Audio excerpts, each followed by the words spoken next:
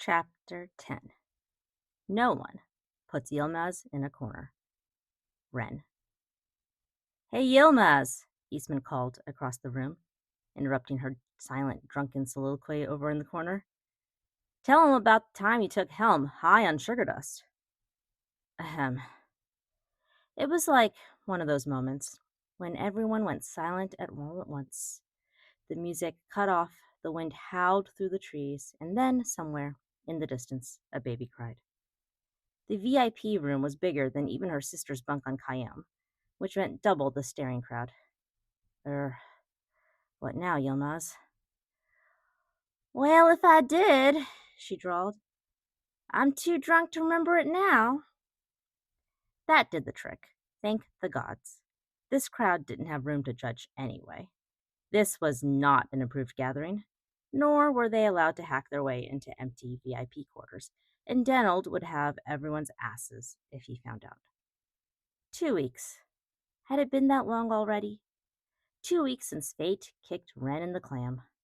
2 weeks after finding a long-lost self. 2 weeks of no longer being invisible, which was nice, but was also too much too soon, like she had been a castaway on a remote island and then was, without warning, thrown into a modern metropolis. Or like being famous for something out of her control, which, really, was that the only reason the malignant shit squibs on her ship, the same ones who had chatted her up but then split after her divorce, now saw her as someone worthy of interest? The Khayyam's crew's fascination, she understood, although the scrutiny and the holy shits and the whispers were sometimes a bit much, and she wanted to do something shocking for fun. But that little whisper, her conscience, or maybe it was the voice of her big sister, said, "Don't be an asshole, Wren." Her big sister, her Abla, in their shared language. In 2 weeks they had only met again once more, which was understandable given her priorities. But it was a proper hanging out, dinner at her sister's quarters, and just the two of them, no spouse. Which, thank goodness, because the spouse was one more data point on the wild and wacky splattergraph of Ren Yilmaz. And also, now, she was experiencing the unfamiliar feeling of having someone to care about and protect. Hence the "don't be an asshole, Ren." Lighting up the town and burning it all down sounded real tempting, but how would that reflect on her sister, who not only had a crew she needed to command, but also needed to keep face with Ma and Riley? Krenna had never said anything, but they were the same damn person, so Ren knew. There was a part of her sister that wanted them to look at her with respect, and knew Captain Karenna, not the second coming of Ren Yilmaz, who the hells gave her a ship. Now, part of her wasn't quite sure she liked this new older self of hers, but she was willing to give her a chance. Ain't nobody ever given Wren a chance. That was for sure. Time passed and she slowly sobered, finding herself on a couch, relaxing with a cute girl. Ugh, I'm so sick of people pretending to pick me up, said Lavina Garcia, the Cayenne pilot. Like I'm some sort of fun-sized building officer. They don't mean to be rude, but it gives me the creeps, and if I ask them to stop, I look like the overreacting one. Uh-huh, Wren said, not unsympathetically. She totally got it. But then maybe telling Garcia, "Hey, you're cute as a button, want to make this a date?" wouldn't fly. Where did that come from? She must still be tipsy.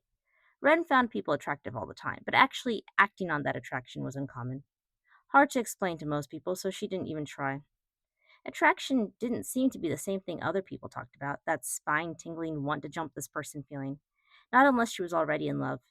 Regardless, alcohol helped, and in the end, she usually ended up with gruff assholes, like she deserved it or something. And then on Albie Day, he just threw me off helm. Albie Day? Ren asked. Do you guys make everything a holiday over there? Apparently, it was easier for Commander Shakim to get out than "happy we're engaging the ABD today" day.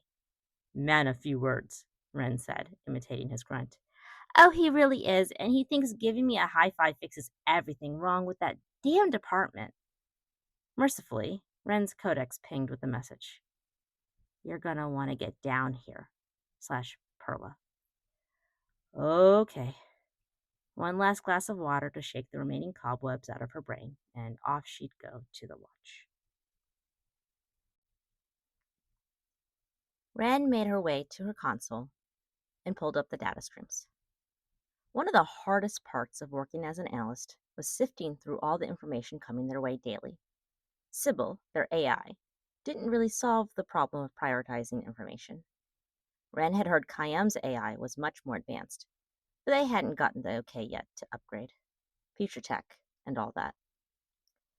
Perla was lost in conversation elsewhere, so while waiting, Wren looked up a few reports culled from the keywords she had inputted 2 weeks before. According to Khayyam's histories, a terrorist group called Badal scourged Sol and Alpha Centauri, claiming a blood feud with Earth's dominance over most human colonies, though they didn't seem to love Mars or Corellis either.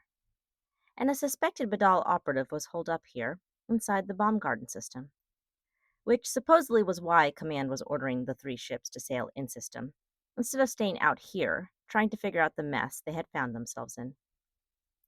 Ibrahim Walder was the name. Maybe that's who had gotten Perla all spun up. It would make sense Perla would call her. High-value targeting was Wren's expertise. No one else on the Hawking Watch had it. If they stayed at Baumgarten long enough, could she parlay that into actual work? Did she even want to stick her neck out like that? She fidgeted at her desk.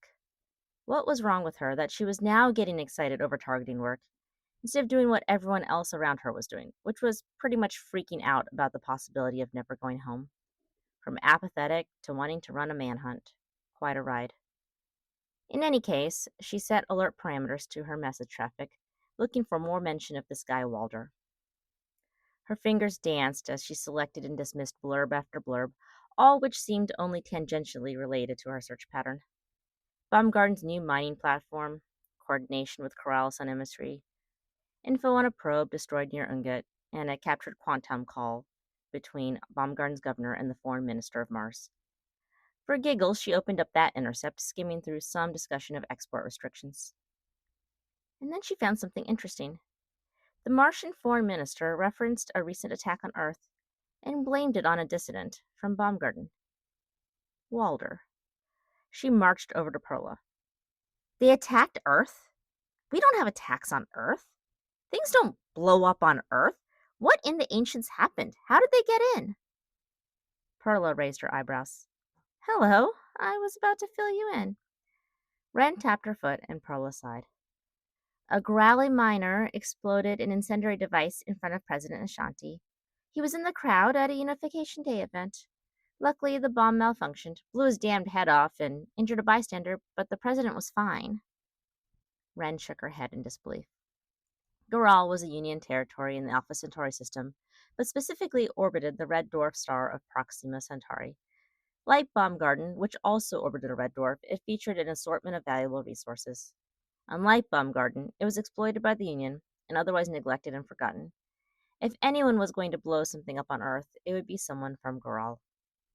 Lanson's spinning his wheels on what to do next, Perla added. Not surprised, Wren said. Get this, we had a quick stand-up. You had a meeting without me? You know how it goes, Yilmaz. Anyway, Marsh just throws out, what was the motivation? And Lanson responds, maybe it's someone who doesn't like the Union. Great mind on that one. We're moving ahead without his input, but we need to gin up some sort of plan so we can go to leadership and tell them what we're doing. Are you asking me? Perla gave her a strange look. No, we just need some slides ready to go when we tell you. Right, yeah, sure. Wren paused. Do you mind if I take a stab at it? You can ignore it if it's not good. Lanson's not going to like that. Wren frowned. He wouldn't. But something she saw earlier nagged at her. Actually, she began slowly, I think there's a connection. I think Walder was behind the bomb. She shared the details of the intercept. Perla bit her lip. That seems shaky. Remember, we don't know the geopolitics of this day and age. Wondering if Walder had something to do with the attack is probably a rabbit hole we can't afford to go down. But I can. I mean, come on, what else am I doing? Yilmaz, just listen. We can refine our analysis on Walder and anti-Earth sentiment across the systems. That's all step 1. Step 2 would be looking at that miner's travel and communication patterns in the last few years. Had he traveled to Baumgarten? When did he get to the Sol system? To her surprise, Perla was listening. An electric-like shock went through Wren's body, the normal signal to her that she was about to hyper-focus the heck out of this topic. Felt so good. It had been so long. And step 3? Perla asked. Wren racked her brain. Someone was asking her for her opinion. Gotta get it right. Forensics reports, she finally said. What materials comprise the bomb and how did it get through security? And if this is some sort of new technology, who developed it? But I bet they aren't releasing that to just anyone, so we would need to do steps 1 and 2 first to show we have a need to know. Perla shook her head. I'm not going to use up my capital suggesting this to Lanson. Leave it to me.